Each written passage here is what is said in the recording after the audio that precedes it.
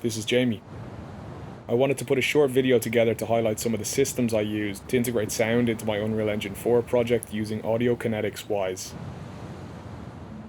I started with general ambience, using loops of waves and wind sounds which fade in and out depending on the player's position on the map.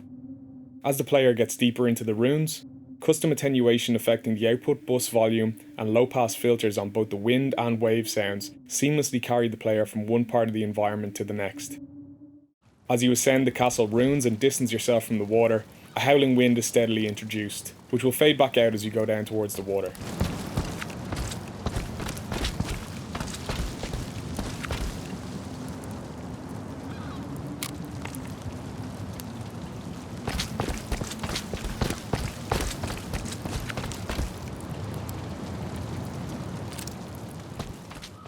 More detailed ambient sounds were then added to sell the environment as a crumbling ruin that's been weathered by the surrounding sea.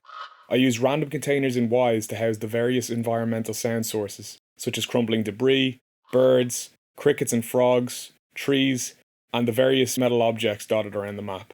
I looped these sounds within their containers and randomized parameters such as delay time, voice, pitch, low-pass filters and high-pass filters. This gave a nice dynamic feel to the ambience, as the randomization gave great variety to the sounds.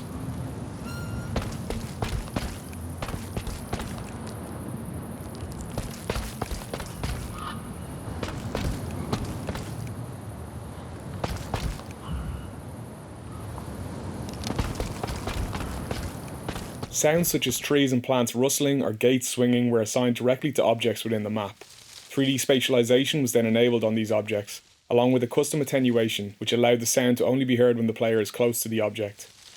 The sound also pans according to their orientation, and the spread increases when the player is right beside the emitter, creating a sensation of being enveloped by the sound.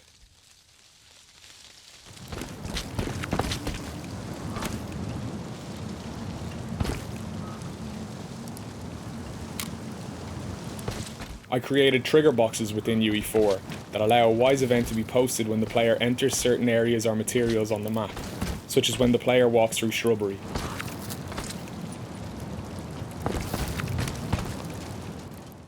Using UE4's box brush, I built a long concrete corridor to add to the Elven Ruins map, in order to create a realistic reverb zone. When the player enters this area, footsteps, weapon fire, jumps and ambient sounds are all affected by the reverb zone, echoing realistically off the stone walls and ceiling.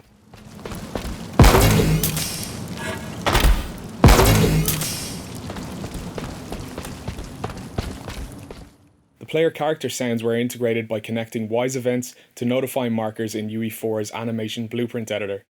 For the footsteps, I created an overarching blend container in Wwise that contains the various elements. Within this blend container, I created a number of random containers, including containers for crushed debris, sprockets, mechanical joint movements, and some resonant metal hits.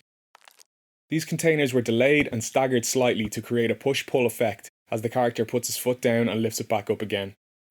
I also created a switch container for the main surface materials, allowing me to apply specific sounds depending on what surface the player is walking on. In this case, hard concrete and wet, squelchy moss. All of these sounds were then combined in the overarching blend container and triggered through the character animation blueprint.